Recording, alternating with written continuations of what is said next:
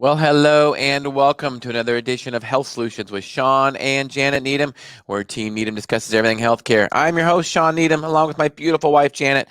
And today we have Dr. Bowden on today, and she is a board-certified ENT physician and board-certified in sleep medicine. And as you guys probably have heard before many times about sleep studies and sleep apnea. Sleep apnea is very common in middle-aged, usually overweight men is the most common patient for sleep apnea. Well, guess what? There is more to sleep apnea than just a CPAP machine. That's not completely the answer. Dr. Bowden has a health and wellness clinic along with her sleep medicine clinic, and she teaches patients how to, fix their problems instead of just treating it with a CPAP. So you do not want to miss this episode. Stay tuned until the end. Dr. Bowden, welcome to our show. Thank you, Shawn. Thank you, Janet, for having me. So you changed your career a little bit a few years ago. I want you to go into the history of it. One of the things is that you have a cash only surgery center, or you are a cash only surgeon, so you don't bill insurance anymore, and you have transparent pricing. We talk about transparency and pricing all the time in healthcare. You will tell patients exactly what the price is going to be of a surgery, all inclusive. So tell us a little bit about what happened after residency and when you worked somewhere else, and tell us about your transition in your career. Yeah, so I finished residency in 2003 and I joined a small practice and just did the traditional practice model, taking all insurance plans, and worked there for about 8 years as an employee, just, did my doctor job. Then I had 4 boys in 5 years and decided to take some time off for my sanity. Much needed. Yes. And I wasn't even sure I was going to go back to work, but I started to have that little itch that I needed to scratch, and I decided I did want to go back to work, but I did not want to be handcuffed by the insurance companies. I wanted to do my clinic the way I wanted to do it, and thought about trying something completely different. And I'm with boys, and you go to speech therapy, and you go to all these therapy appointments. None of them take insurance. I'm like, well, I can do this. I can try it. And so I just started my own solo practice, and I located it in an area of town where people are more willing to pay cash. But I treat, one of the things I learned from 4 pregnancies is, and being at the doctor's office for 5 years straight, is how horrible most people, the experiences going to the doctor for most people is, it just wrecks your day. You deal with horrible parking. You deal with people at the front desk that don't make eye contact and barely speak to you and slam a door in your face, and you sit in the waiting room for 30 minutes and no one tells you anything, and then you get 5 minutes with the doctor, and then you end up with some bill that you don't understand, and then you wait to pay till you really need to know what you're having to pay, and just how messy and stressful the whole doctor's experience is for most people. And I was a VIP being a doctor, and it still was awful for me. So I wanted to make sure that my practice was nothing like that. So I treat every patient like they're a customer too, and very customer friendly, service oriented, make things efficient, comfortable. When they walk into our office, it feels like a spa. It feels very soothing and relaxing. And I hire people that are very engaging and upbeat and nice and articulate and make eye contact, and are there to please you and not just go through the motions and treat you like a number. What a concept. Customer service in medicine, huh? Right, I know. Janet, do you have any questions for Dr. Bowden? Well, I'm just fascinated listening to what she has to say, because I think this is not a phenomenon that happened, let's say, overnight. I think it transitioned over a few decades with the insurance coming in, because I guess my comment is growing up, Dr. Larson saw all the kids and my mom's 6, kids, and addressed their needs because he knew her. He had a relationship with my dad and mom. And so when we went to the doctor, it didn't feel like you were the number. And I think that has really came about, wouldn't you say, with the insurance model. Yeah, I mean, I don't have much to compare it with because it's really all I knew. I mean, I do remember going to the pediatrician a little bit as a kid, and it felt personal, but yeah, I feel like it's very impersonal these days. And that's what I wanted to make change. I didn't want to, most people dread going to the doctor, and I didn't want that to be the experience when they come to my office. Well, I'm glad you decided to open your practice and go back to work, because we need more doctors like yourself that, say, say no to the traditional system, because there's really, in my opinion, and I've talked to many other doctors about this before, I don't know if there's a way to fix the system. In order to fix the system, you got to get out of the system. So kudos to you for doing that. Thank you. Okay, so tell us a little bit about, well, we'll start with the ENT side, then we'll get into some really, really cool stuff that you do with sleep medicine. So tell us some of the things that you do with ENT that sets you apart from a traditional hospital-based or traditional insurance-based ENT. How are you different? Well, one of the big things is I strongly believe that, I've said this all along, but surgery does not fix inflammation, and so much of sinusitis is inflammatory. And in residency, you spend 90% of the time operating, which is understandable. You can't learn how to operate by reading a book, but you also don't get any perspective on prevention or, really, it's just so much surgical. So you get out of residency and all you want to do and all you think you can do is operate. Well, I feel, it's just a gaping hole in the treatment of any patient with sinusitis. It's so I really try to educate people that yes, you can have surgery and it will help open things up, but you're still going to have allergies, or you're still going to have inflammation if there's some other issue causing the inflammation. Surgery won't fix your allergies. You're still going to sneeze, and you're going to have a runny nose, and maybe will unblock your sinuses more, but it's not the end of the story. And I see so many patients that come in and have had multiple operations and are still miserable, or they've seen their doctor, their ENT, one time, and they're saying you need surgery, and they're a little bit jarred by that. So I make sure that before anybody gets any kind of sinus operation, that we've addressed the inflammatory issues that could be going on. So that's probably one of the reasons why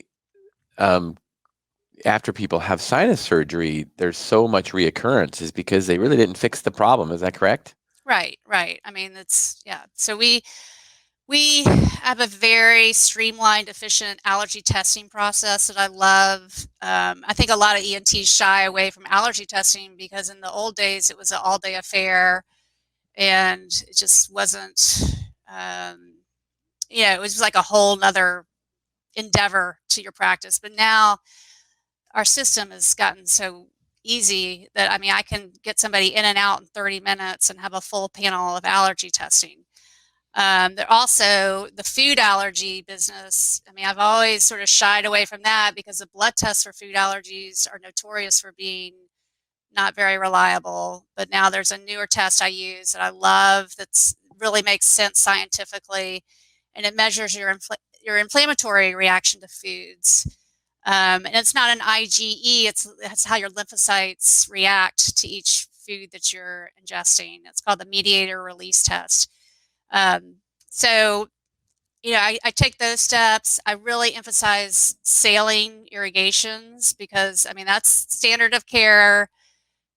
Washing your nose out twice a day with salt water has been proven to increase the mucociliary clearance, the rate that the little cilia inside your sinuses beat. And I tell people, do it when you brush your teeth twice a day. Twice a day keeps the ENT away, but and I've incorporated that as a treatment in my office too, where we do it's called sinus therapy. You irrigate with a power irrigation of the sinuses with salt water, and you do a suction, and we use steam and massage and percussion to try to get all that junk out of the sinuses naturally and without putting a big hole in their nose.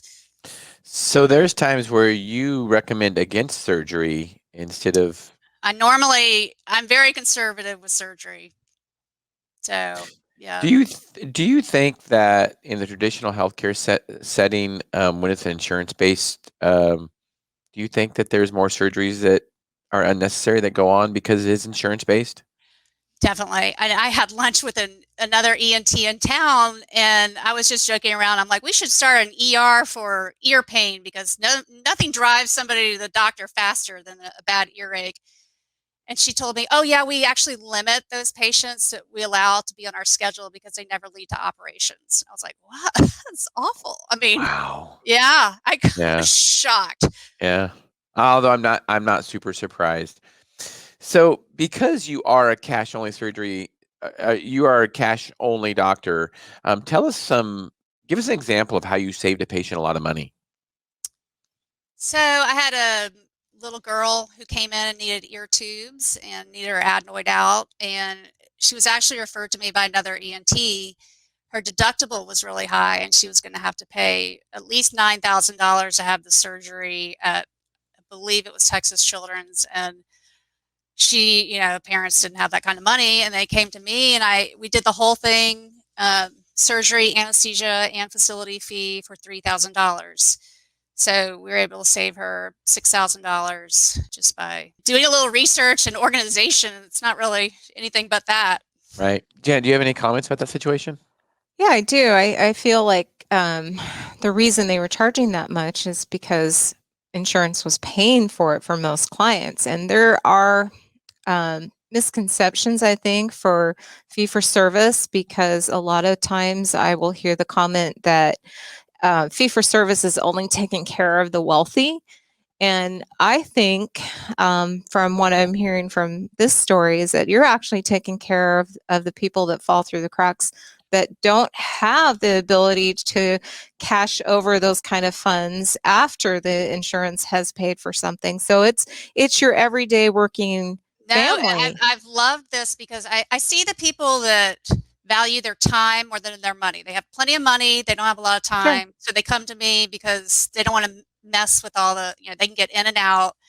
And then I see the other people that, on the flip side, that don't have a lot of money, they have high deductibles, or no insurance, and they can afford me. Like, I can do an ear check for $75, whereas, or a lot of these people would just go to the ER to get their ear because they have an earache. So I like it because I get both sides of that equation. And of course, like you said, with the people that have the money but don't want to take the time, one of the things is that your service is going to be so much better. And you said it earlier on, because you have to take care of the person in front of you. They're the customer. When insurance is involved, really the insurance company's the customer. So exactly. The average patient falls through the cracks, and they don't care about the average patient. I'm just being honest, because that's not who's paying the bill. Right. So yeah, so kudos to you for doing that. So tell us a little bit about your sleep medicine practice. So I opened next door, or 2 doors down, a sleep lab for sleep testing, because I'm also board certified in sleep medicine. And but one of the things I wanted to incorporate was taking care of these patients beyond their immediate issue of sleep apnea, because most patients with sleep apnea are overweight and have comorbidities, other health problems. And you can slap a CPAP machine on them, but you're not really addressing what got them to that place to begin with. So we wellness services, and it's not, I hate the whole weight lossing. It's more like, health education and stress management, and it's more holistic than just weight loss. Yeah, there's more to it than that, I'm sure. Janet, do you have any questions about her program? Yeah, I am. I want to hear more about how you advertise to get your clients to sign up for this, because traditionally I think of Medicaid and Medicare when I think of CPAP, and I think of the places where they're there overnight. And so how is your facility different in those aspects? So I don't know if y'all have ever had a sleep study in the hospital, but it is a highly unpleasant experience. I took my son for one a long time ago, and it was, this dingy room. The whole experience was just unpleasant. So I wanted a nice room that was comfortable, like a hotel room.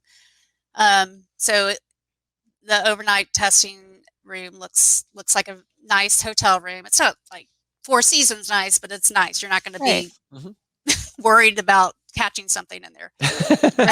Well, and it's the other place was a hospital. You said you definitely had to be worried about catching something, right? Right. And it's just stressful being there. Hospitals are just not fun places to be. So right. And the other nice thing is because I have these other, I have infrared sauna in there, and I have a salt cave, and patients can get a pre-sleep study, sit in the sauna and relax, or they can even get a massage before their sleep study to relax. But how cool is that? But the nice thing too is, in recent years, the home sleep test technology has really come a long way, so that most of the time I can get away with just doing a home sleep test, which is really economical and accurate for majority of people, so that we don't even need to use the overnight test as much as we used to. So then we also provide CPAP machines and CPAP masks. We do not upsell them like crazy. We keep them very close to what we pay for them, because we want people to have access to what's something they usually don't want to wear. Right. If you make it, the price is right, it's a little easier to sell it to them.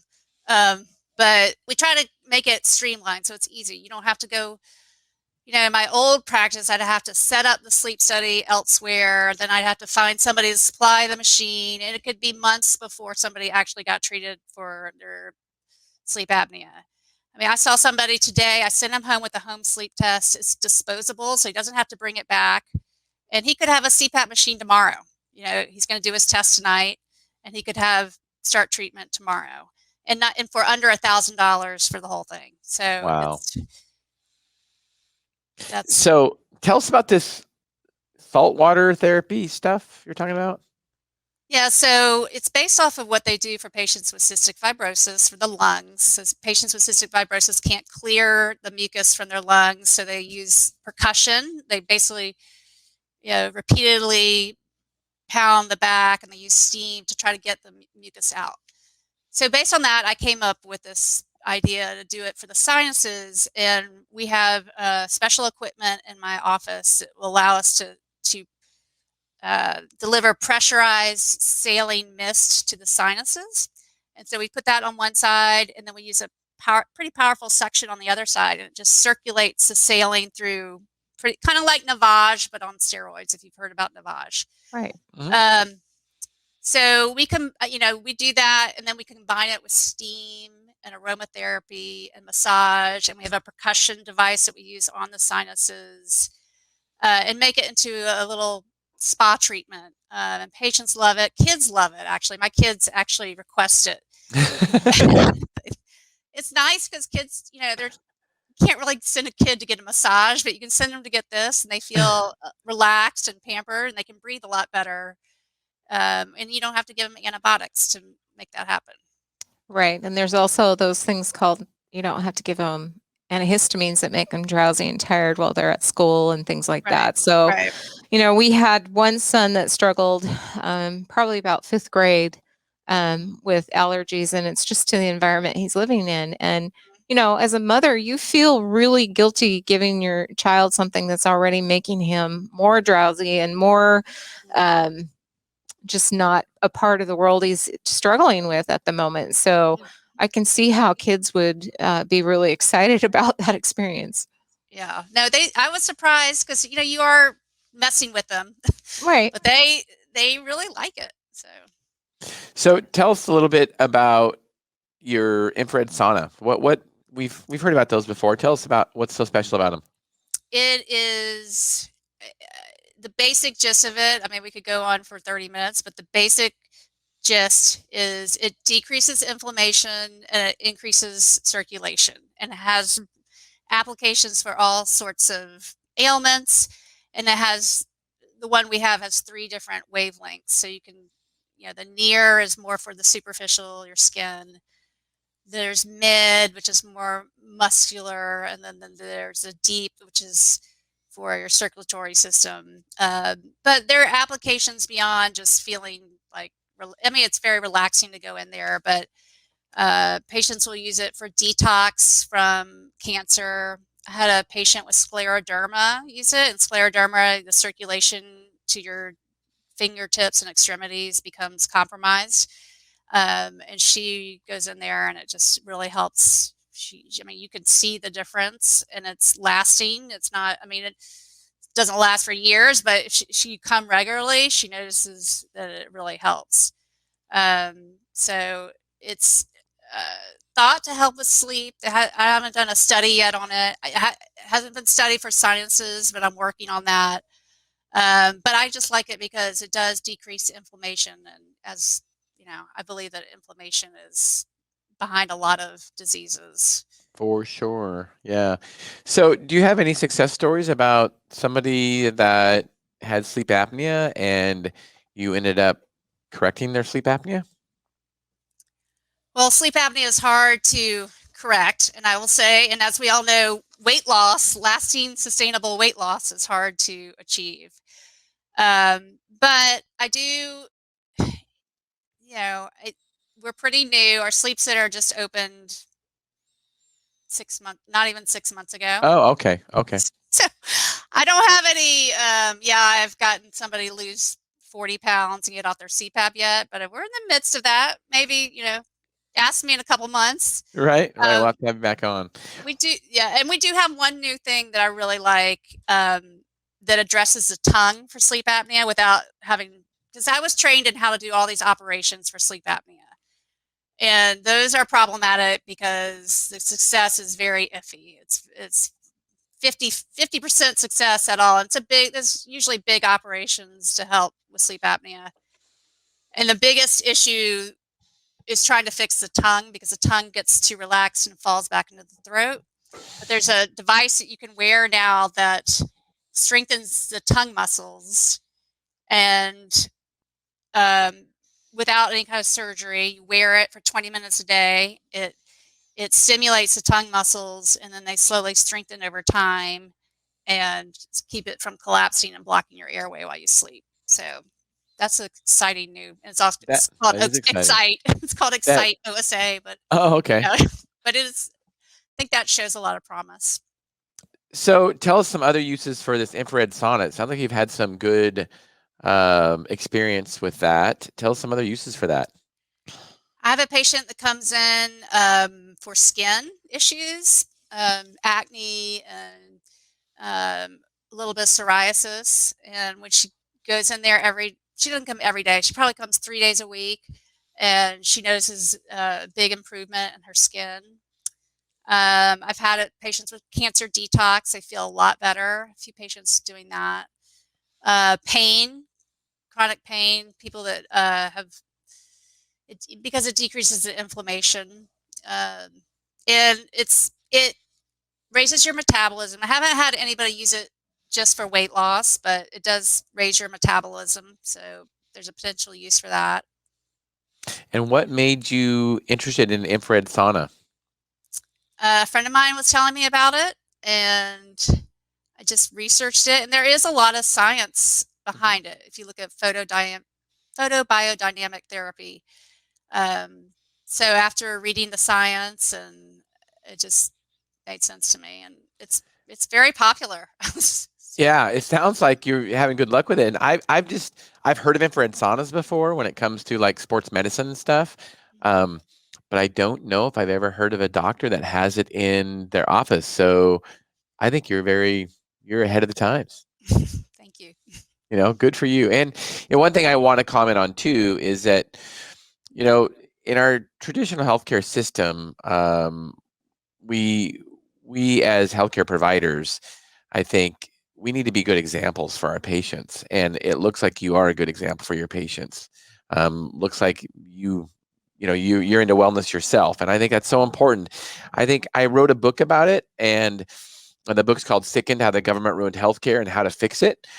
And I think one of the things is in traditional medicine, doctors or pharmacists or nurses, they don't have to be good role models. They don't have to be good examples because the customer, remember who the customer is. The customer is the insurance company. It's not the Right. patient.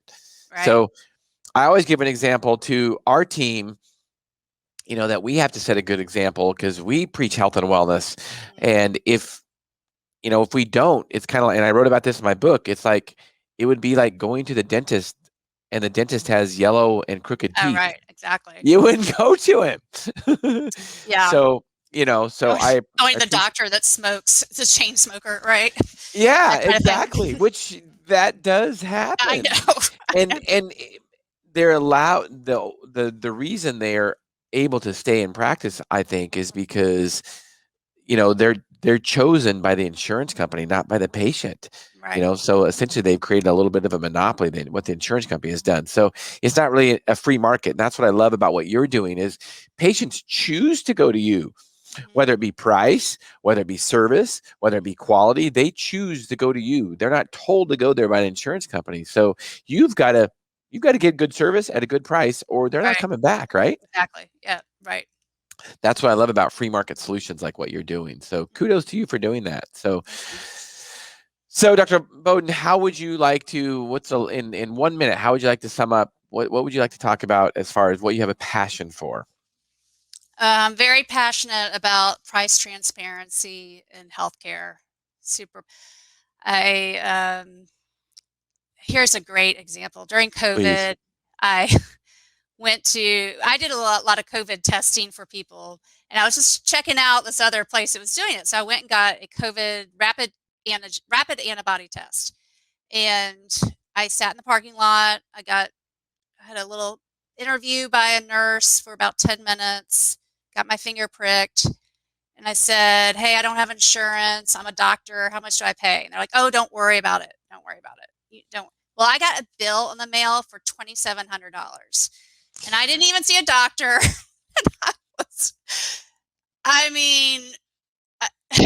So tell me what you did. I publicly shamed him on Facebook, and then good for you. And then it went away.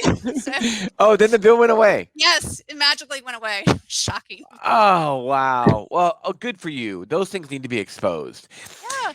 And I personally think I've heard worse stories than that. I've heard a $10,000 bill for a COVID test. Was it at a traditional hospital system?